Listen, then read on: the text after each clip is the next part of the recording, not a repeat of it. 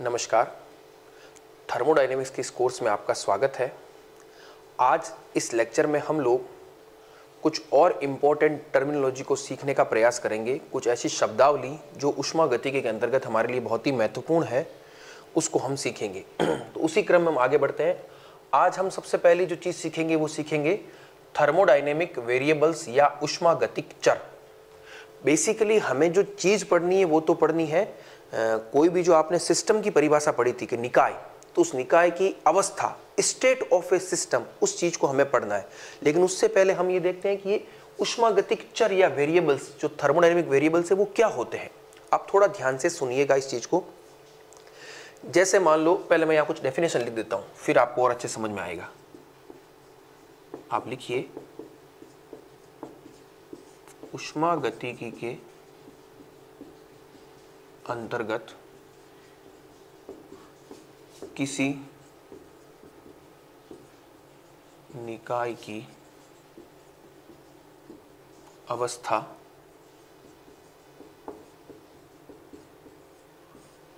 प्रायोगिक रूप से ज्ञात राशियों का एक समुच्चय, समुच्चय यानी सेट, समुच्चय होता है। ये राशियां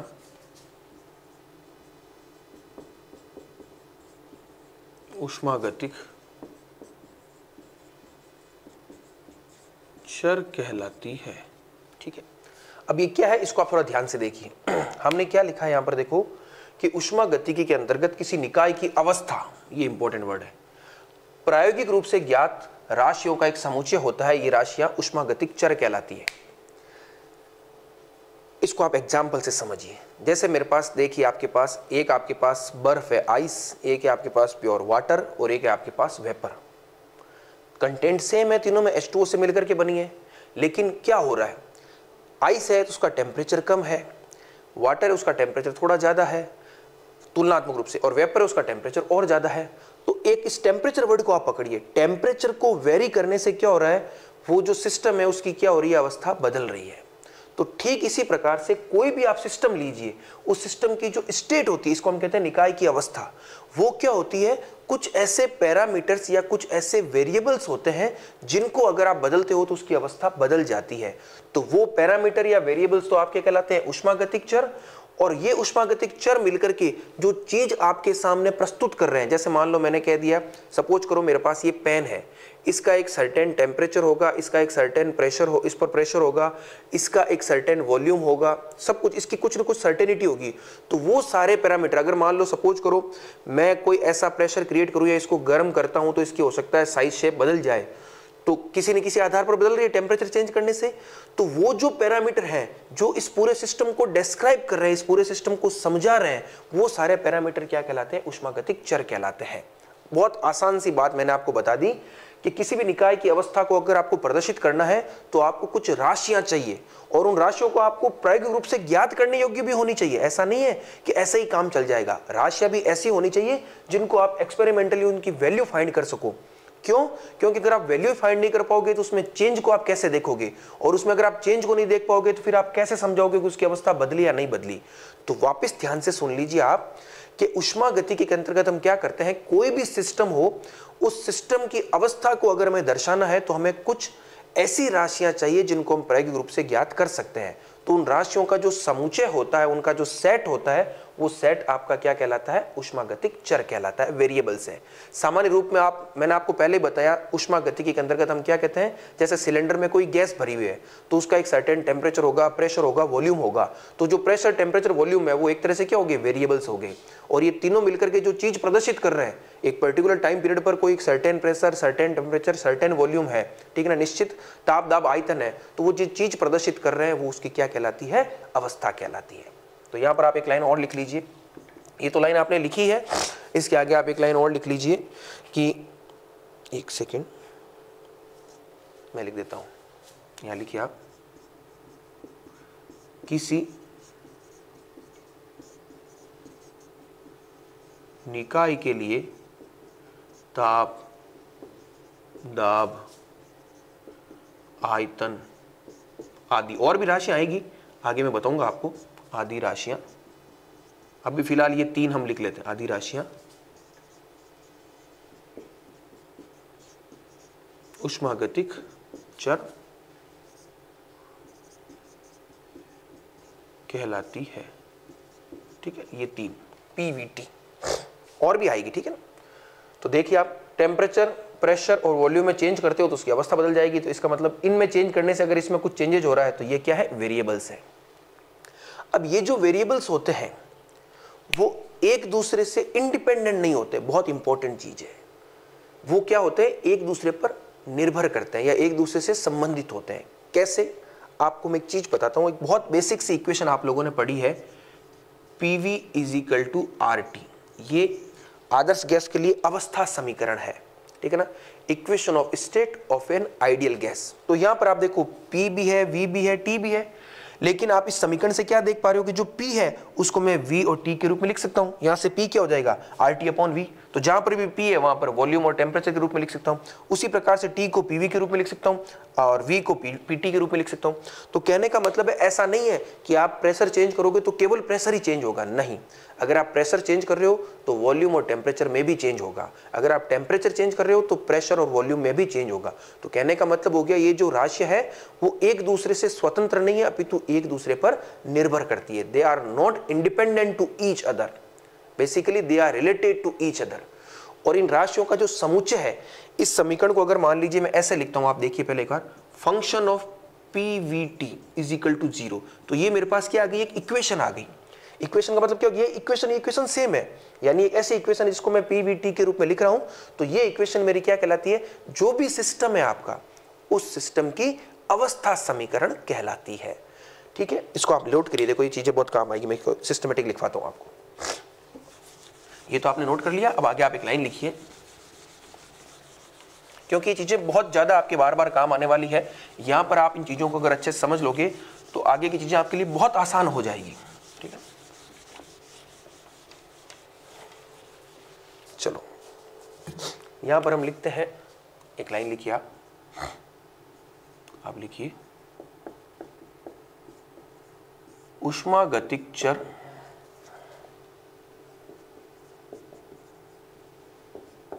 एक दूसरे से स्वतंत्र नहीं होते हैं तथा ये एक संबंध द्वारा या एक समीकरण द्वारा, एक के बाद एक संबंध द्वारा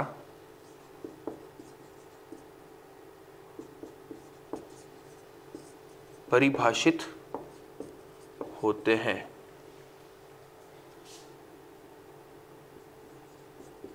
जिसे निकाय की अवस्था समीकरण कहते हैं, इक्वेशन ऑफ स्टेट। ठीक है, तो ये एक दूसरे से स्वतंत्र नहीं होते, अपितु एक संबंध द्वारा परिभाषित रहते हैं, और वो जो संबंध या समीकरण है वो क्या कहलाती है, निकाय की अवस्था समीकरण कहलाती है। तो उसको हम कैसे लिखेंगे, फंक्शन ऑफ PVT = 0। तो ये जो इक्वेशन आपने लिखी है ये क्या है, ये है आपकी इक्वेशन ऑफ स्टेट। ठीक है ना, निकाय की अवस्था समीकरण बहुत इंपॉर्टेंट है, तो ये चीज आपको ध्यान रखनी है। ठीक है, अब ये जो आपने ऊष्मागतिक चर लिखे हैं, ऊष्मागतिक चर मोटे मोटे तौर पर 2 प्रकार से हम वर्गीकृत कर सकते हैं, उसको भी आप ध्यान से देख लीजिए। यहां पर मैं लिखता हूं, देखो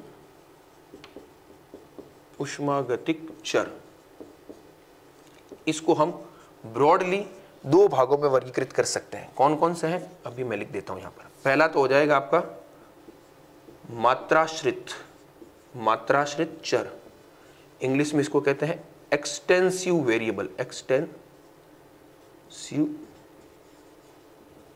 वेरिएबल, ठीक है। और दूसरा है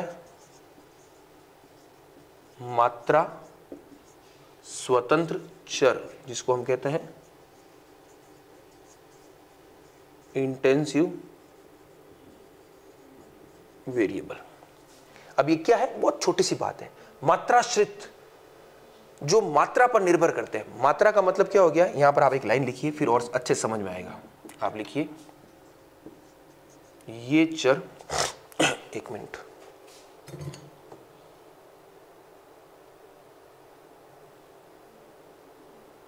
इसमें आप एक लाइन लिखिए, मैं बोलता हूं जिसको,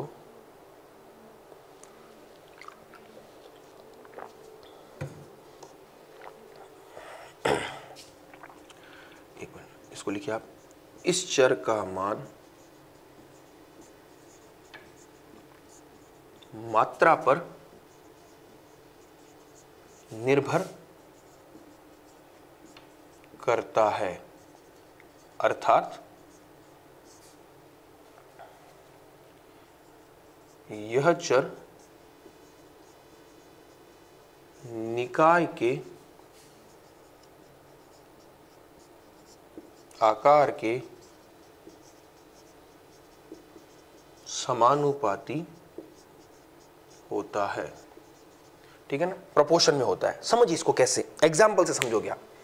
जैसे सपोज करो मैंने एक चर का नाम ले लिया वॉल्यूम, एक मैंने नाम ले लिया एरिया। अब वॉल्यूम है, अब सपोज करो एक आपका सिस्टम है जिसकी कुछ साइज होगी। सपोज करो मैं एग्जाम्पल रूप में सपोज करो, अब ये तुम्हें कैसे दिखाऊं, सपोज करो ये मेरे पास एक कोई पात्र है जिसके अंतर्गत मैंने कोई वस्तु भर दी। ठीक है, इसका एक सर्टेन वॉल्यूम हो गया। अब मान लो मैंने इस पात्र को बड़ा कर दिया, तो इसमें अगर, तो क्या होगा, इसमें मैं ज़्यादा वॉल्यूम या ज़्यादा वस्तु को भर सकता हूँ। तो कहने का मतलब क्या हो गया कि वॉल्यूम जो है, वॉल्यूम नाम का जो पैरामीटर है, जो वेरिएबल है, वो सिस्टम के आकार पर डिपेंड करता है। अगर सिस्टम का आकार बढ़ेगा, कम होगा, तो उसका मान भी कम और ज़्यादा हो सकता है अगर हम उसमें शामिल करें उस चीज़ को। तो उसी प्रकार से एरिया है, तो वो भी सिस्टम के अकॉर्डिंग बदल सकता है। समझ रहे हो मेरी बात को, एरिया बदल सकता है, वॉल्यूम बदल सकता है। मात्रा स्वतंत्र का मतलब क्या हो गया, मात्रा स्वतंत्र का मतलब है कि आप एक ऐसा वेरिएबल देख रहे हो जिसका मात्रा से कोई फर्क ही नहीं पड़ता। एग्जाम्पल के रूप में मैं एक शब्द बोलता हूं, डेंसिटी या घनत्व। अब सपोज करो मैं जिस कमरे में खड़ा होकर के पढ़ा रहा हूं, वहां पर मान लो किसी भी वस्तु का घनत्व मुझे चेक करना है। तो अब ये कमरा बड़ा हो छोटा, उससे क्या फर्क पड़ना है। घनत्व तो सिंपल सी चीज क्या होती है कि यूनिट वॉल्यूम में या यूनिट एरिया में वो वस्तु कितनी है, वो घनत्व को डिसाइड करती है। अब आपका कमरा बड़ा है छोटा है, यानी जो सिस्टम है उसका आकार बड़ा है छोटा, उससे कोई फर्क नहीं पड़ेगा। तो इसको हम कहते हैं मात्रा स्वतंत्र। मात्रा कितनी है उससे कोई फर्क नहीं पड़ रहा है, हम चूंकि यूनिट में उस चीज को देख रहे हैं, तो उसका मान क्या रहेगा, थ्रू आउट सेम रहेगा। तो यहां पर आप एक लाइन ये लिख लीजिए, इस चर का मान, इस चर का मान मात्रा पर निर्भर नहीं करता है। एग्जाम्पल देखो आप इसमें लिख लीजिएगा, थोड़ा नीचे स्पेस कम दिख रहा है मुझे। इसमें एग्जाम्पल मात्राश्रित में आप लिख लीजिए आयतन, क्षेत्रफल, और मात्रा स्वतंत्र लिख लीजिए आप घनत्व है, टेम्परेचर है, तापमान भी क्या है, चीज बड़ी हो छोटी उससे कोई फर्क नहीं पड़ेगा, टेम्परेचर तो सेम रहेगा। तो इसमें घनत्व और तापमान लिख लीजिए, इसमें क्षेत्रफल और आयतन लिख लीजिए। तो ये भी कुछ छोटी डेफिनेशंस थी जो मैंने आपको बताई। ठीक है, तो ऊष्मागतिक चरों को हम इस प्रकार से भी वर्गीकृत कर सकते हैं। अब यहां पर हम एक मैथमेटिकल कॉन्सेप्ट सीखना पड़ेगा जो आपके लिए बहुत इंपॉर्टेंट है, क्योंकि पूरी थर्मोडायनेमिक्स जो आप पढ़ने वाले हो, उस पूरी थर्मोडायनेमिक्स में वो कॉन्सेप्ट हर बार आपके काम आएगा। तो उसको अगर आपने यहीं पर थोड़ा सीख लिया, समझ लिया, तो आगे आपके लिए चीजें बहुत आसान हो जाएगी। मैं पुनः आपको ये कहना चाह रहा हूं कि ये थर्मोडायनेमिक्स जो है बहुत ईजी है, लेकिन तब जब हम इसके बेसिक्स को समझते हुए चलें। आज जो हम परिभाषाएं सीख रहे हैं कि थर्मोडायनेमिक वेरिएबल क्या होता है, इक्वेशन ऑफ स्टेट क्या होती है, ये पैरामीटर किस किस प्रकार से होते हैं, इनमें क्या क्या रिलेशन होता है, उन चीज़ों को जब हम समझेंगे तो आगे जब बड़े डेरिवेशंस आएंगे तो वहाँ पर चीज़ें एज इट इज काम में आएगी, तो हमें कोई दिक्कत नहीं होगी। मैं फिर कह रहा हूँ, ये कोई टॉपिक सिलेबस के पार्ट नहीं है, ऐसा नहीं है कि इनमें से ऐसे आपसे पूछ लिया जाएगा, लेकिन इनको अगर आपने नहीं समझा तो जो इंपॉर्टेंट टॉपिक आएंगे वहां पर आप हमेशा फंसे हुए अपने आप को पाओगे। तो हमें उन चीजों से बचना है। अब यहां पर देखो, एक मैं इंपॉर्टेंट मैथमेटिकल कॉन्सेप्ट आपको बताना चाह रहा हूं, उसको आप ध्यान से देखिएगा। मैं यहां पर एक इक्वेशन लिख रहा हूं, फंक्शन ऑफ, एक सेकेंड रुकिए, इसको मैं थोड़ा और सिस्टमेटिक तरीके से आपको बताना चाह रहा हूं। जैसे मान लीजिए आपके पास कोई एक फलन है जो किस पर डिपेंड कर रहा है, x, y, z। तो ये तो फलन है, यानी एक तरह से ये निकाय हो गया। ठीक है, निकाय की अवस्था हो गई, और ये एक्स वाई जेड क्या हो गए, पैरामीटर या वेरिएबल्स हो गए। यानी अब एक्स वाई जेड में परिवर्तन करोगे तो इस निकाय की अवस्था बदल जाएगी। क्लियर है? अब यहां पर दो शब्द काम में आते हैं। देखो, अगर मान लो निकाय जो है वो किसी एक अवस्था में है, मैं यहां पर लिख रहा हूं, देखो यहां पर मैंने लिखा है एफ आई, आई का मतलब हो गया इनिशियल, और यहां पर ये आई कुछ कंफ्यूज छोड़ो आप, मैंने यहां पर लिख दिया F1 और एक लिख दिया F2। तो ये किसी टाइम पर कोई निकाय की अवस्था F1 है और किसी दूसरे टाइम पर निकाय की अवस्था क्या F2 है। F1 और F2 क्या है, दो डिफरेंट स्टेट है, निकाय की दो अलग अलग अवस्थाएं हैं। और अवस्था में परिवर्तन कब होगा, जब उसके पैरामीटर में या वेरिएबल में परिवर्तन होगा। तो कहने का मतलब है यहां पर अगर मान लीजिए x1 y1 z1 है तो यहां पर कोई x2 y2 z2 होगा। एक चीज और बता देता हूं मैं आपको, एक्स वाई जेड में से किसी में भी अगर परिवर्तन होता है, ऐसा नहीं है कि सपोज करो एक्स वाई जेड है, अगर मान लो मैंने वाई जेड सेम रख दिया, केवल एक्स में परिवर्तन किया, तब भी निकाय की अवस्था बदलेगी। इस लाइन को वापस ध्यान से सुन लीजिए आप, जो भी पैरामीटर है, जो भी थर्मोडायनेमिक वेरिएबल है, उनमें से अगर किसी में भी परिवर्तन होता है, किसी एक पैरामीटर में भी, तब भी निकाय की अवस्था बदल जाती है। तो ये ध्यान रखना आप, ऐसा नहीं है कि तीनों में परिवर्तन होना जरूरी है। तो अब मैं वापस समझिए आप, ये F1 है, ये F2 है, कोई एक अवस्था F1 है, कोई एक अवस्था F2 है। तो अगर मुझे मान लो F1 से F2 में जा रहा हूं तो कुछ चेंजेज हो रहा है, उस चेंजेज को सपोज करो मैं कहता हूं DF, क्या कहता हूं, DF। तो इस DF का अगर मुझे मान निकालना हो तो उसके लिए एक स्पेशल टेक्निक काम में आती है, वो आप ध्यान से समझिएगा। यहां पर मैं दो चीजें लिख रहा हूं, एक शब्द में लिख रहा हूं एग्जैक्ट डिफरेंशियल, बहुत इंपॉर्टेंट, इसके लिए बिल्कुल स्टार लगा लेना आप, इसके बिना आगे ही नहीं बढ़ पाओगे आप। एग्जैक्ट डिफरेंशियल, जिसको हिंदी में कहते हैं यथातथ अवकल, थोड़ा टिपिकल वर्ड है, तो हिंदी मीडियम वाले भी इस चीज को एग्जैक्ट डिफरेंशियल ही बोले, कोई फर्क नहीं पड़ता। और दूसरा एक शब्द मैं यहां पर लिख रहा हूं पाथ इंडिपेंडेंट, हिंदी में कहते हैं पथ निरपेक्ष, ये तो ठीक वर्ड है फिर भी।